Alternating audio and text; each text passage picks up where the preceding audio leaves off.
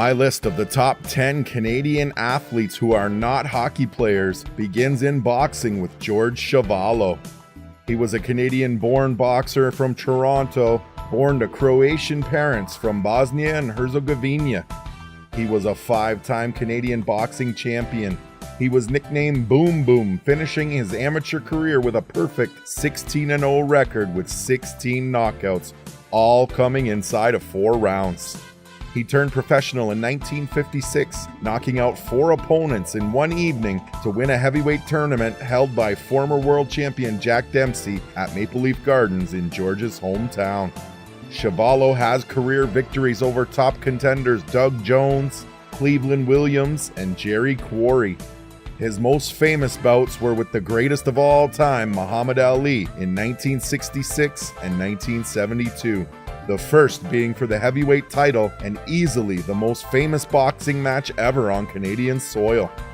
Although he lost unanimous decisions, Big George hung in tough and refused to be dropped to the canvas. Ali hit the man in the head hundreds of times in 2 epic fights, prompting Muhammad to proclaim that George was the toughest man he ever fought. George Chuvalo will remain a cherished part of Canada until the end of time.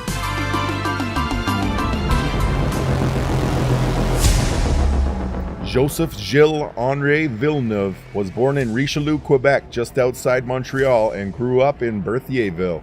Villeneuve started his professional career as a snowmobile racer in Quebec City. By 1978, the renowned Italian team from Ferrari signed the Canadian to an exclusive contract, and Gilles spent the next 4 years winning 6 races for his team and narrowly finishing second in Grand Prix championship points to his teammate Jody Scheckter in 1979.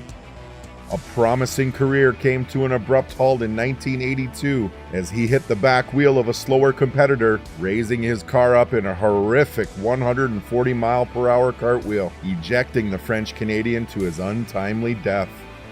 Villeneuve was extremely popular with fans and has since become an iconic figure in the sport. In 1997, paying tribute to his father, Jacques Villeneuve became the first and only Canadian to win the Grand Prix championship, as well as the first to conquer the Brickyard at the Indianapolis 500. He and his father will always be remembered fondly as legends of the track.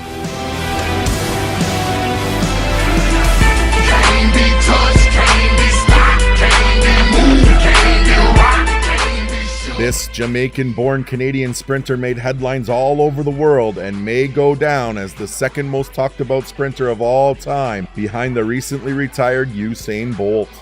Ben Johnson burst onto the scene in 1984 at the Los Angeles Olympic Games, reaching the podium as the bronze medalist behind the American Glory Boys, Carl Lewis and Sam Grady. The rivalry was born in 1985 when Ben began to regularly beat Carl and every other world-class sprinter. His lightning-fast jump out of the blocks will be shown by sprinting coaches until the end of time. The speed, the power, and the grace were marvelous to behold, leaving King Carl in the dust as he could only stare at the back of Ben's jersey number in the 1987 World Championships in Rome.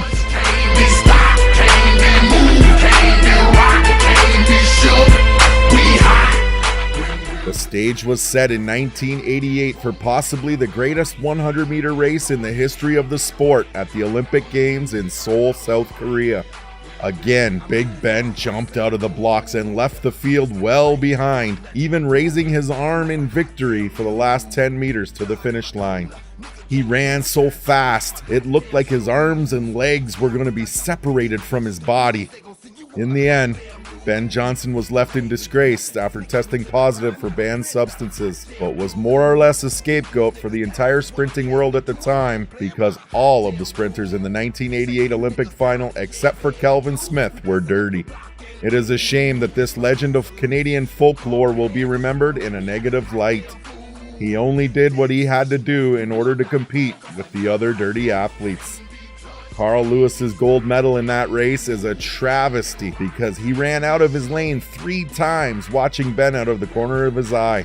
In the annals of sprinting history, it seems that Carl Lewis tells the truth just about as good as he sings the Star-Spangled Banner. Oh,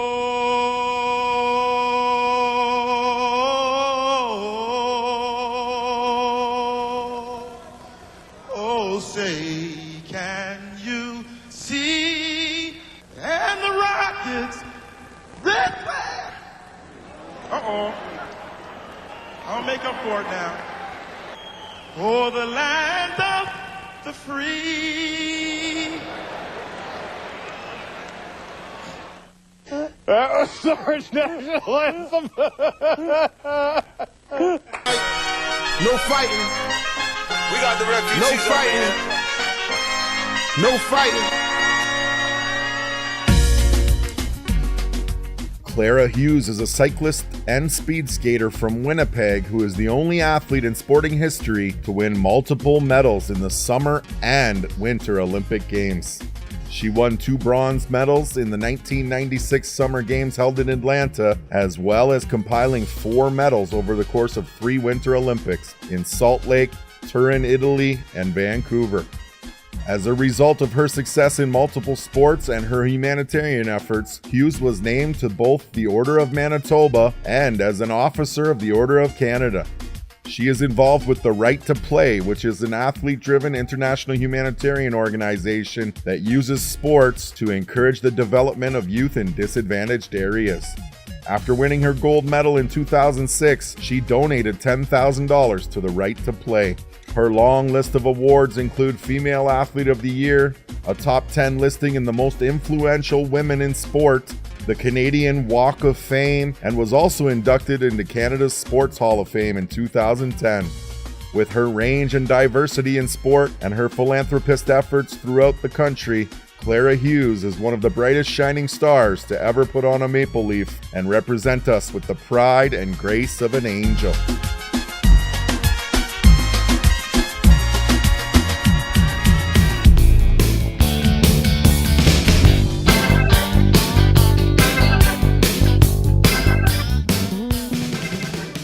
Ferguson Arthur Jenkins was born in Chatham, Ontario back in 1943 and is arguably the finest homegrown baseball talent that the world has ever seen. Jenkins began his major league career as a pitcher in Philadelphia before moving to the Chicago Cubs in 1966. He then began to blossom into a superior talent, chalking up 6 straight 20-win seasons. Fergie had an off year in 1973 and was traded to the Texas Rangers, where he rebounded with an amazing 25 wins. He still remains the only Canadian to win the Cy Young Award as the best pitcher in the league and was awarded the honor of Canada's best athlete 4 times, second only to Wayne Gretzky. Jenkins continued to be a strong pitcher throughout the 1970s and finished his career back with the Cubbies in the early 80s. He was a defensive gem as well, with nearly 400 putouts in an 18-year career. He finished with 284 wins and a glorious 3,192 strikeouts, one of only 16 men to ever achieve the elusive 3,000K. In 1991, Ferguson Jenkins was given the ultimate honor of being the only Canadian-born player to reach the sacred ground of Cooperstown in the Baseball Hall of Fame.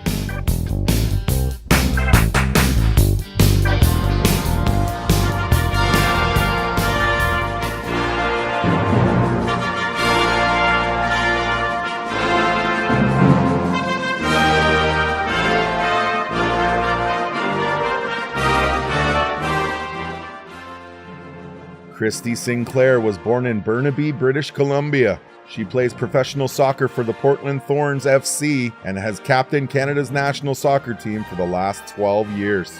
She has won a CONCACAF championship, 2 Olympic bronze medals, and has been awarded Canada's best female soccer player a staggering 13 times.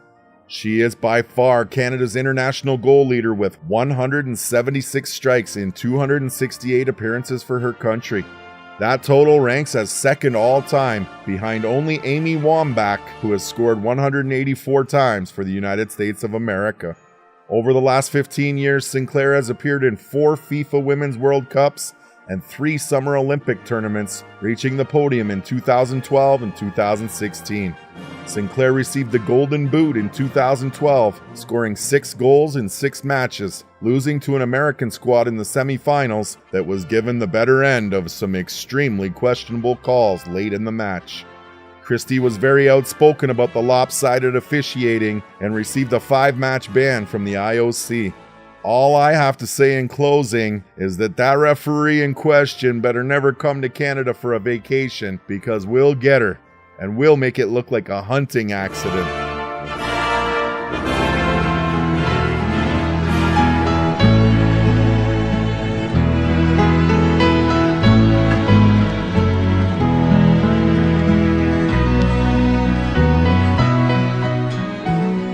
Michael Richard Weir is from Sarnia, Ontario, and has spent 25 years on the PGA Tour, collecting 15 professional tournament wins along the way.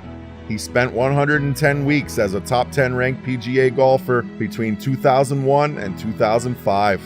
Nicknamed Weirzy, the left-hander who now resides in Utah, was a favorite on tour for his gracious manner and professional courtesy towards his fellow players.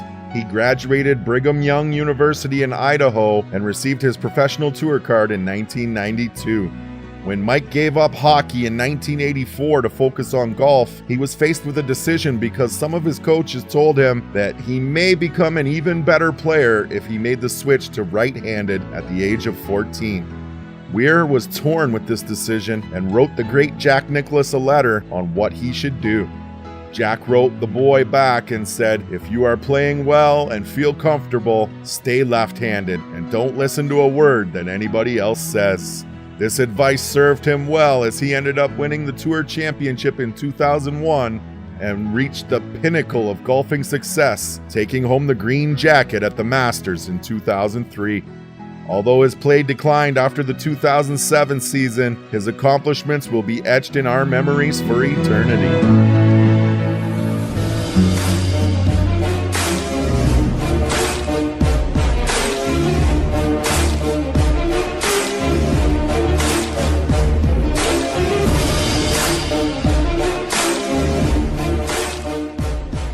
Less than 7 years after Ben Johnson was unceremoniously stripped of his gold medal, there was another Jamaican-born Canadian on the brink of making history in the sprinting world. The great man, who had come to live in Oakville at the age of 12, had trained his whole life to reach the finals of the 1997 World Championship in Gothenburg, Sweden. He was racing as the reigning Canadian champion alongside teammate Bruni Surin against the best runners in the world, including Frankie Fredericks, Otto Bolden, Mike Marsh, Dennis Mitchell, and the reigning world champion Linford Christie. Donovan was slow out of the blocks, but kept pumping his piston-like legs and systematically ran down every world-class runner in the field, winning the race while teammate Bruni Surin came second. The very next year, during the 1996 Olympics in Atlanta, with a contingent of American sprinters wanting to dethrone the confident Canadian, Bailey repeated the same feat again, starting poorly, but running down everybody in the field in a spectacular display of perseverance and determination, setting a world record along the way. The American 4x100 relay team was ready to take back some American pride 1 week later in front of their home fans, but were destroyed in stunning fashion by the strong Canadian team of Robert Esme, Glenroy Gilbert, Bruni Surin, and the new world record holder, Donovan Bailey. Running the anchor leg, Donovan got the baton 4 meters ahead and stretched it out to a 10-meter gap, holding his finger up high with pride for the last 25 meters. It was an indelible mark in sprinting history and marks the last time a Canadian has taken the top podium spot in the Olympic Games for sprinting.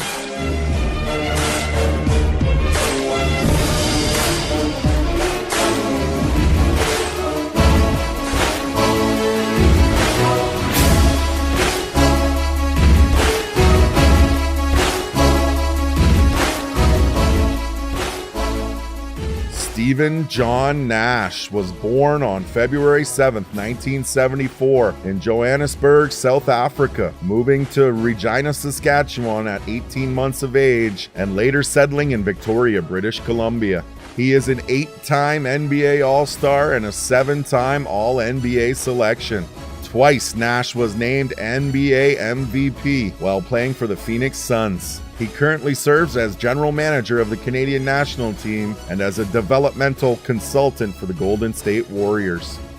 Nash was taken with the 15th pick in the 1996 NBA draft by the Phoenix Suns. He made a minimal impact and was traded to the Dallas Mavericks in 1998. By his 4th season with the Mavericks, he was voted to his first NBA All-Star game and had earned his first All-NBA selection. Together with Dirk Nowitzki and Michael Finley, Nash led the Mavericks to the Western Conference Finals the following season. He became a free agent in 03-04 and returned to the Phoenix Suns. His glorious MVP seasons were in 2005 and 2006, and he finished second in MVP voting in 2007 to the eventual winner, Dirk Nowitzki. In 2006, Steve Nash was named the 9th greatest point guard of all time. He led the league numerous times in assists and free throw percentage, ranking up more assists than anybody in history except for Jason Kidd and John Stockton. Nash was appointed to the Order of Canada in 2007 and was also awarded an honorary Doctor of Law by the University of Victoria in 2008. Nash has been co-owner of the Vancouver Whitecaps FC of Major League Soccer since the team entered the league in 2011. In 2012, he was named the general manager of the Canadian men's national basketball team, for which he played from 1991 to 2003. Steve Nash is most definitely the greatest basketball player to ever come from Canada.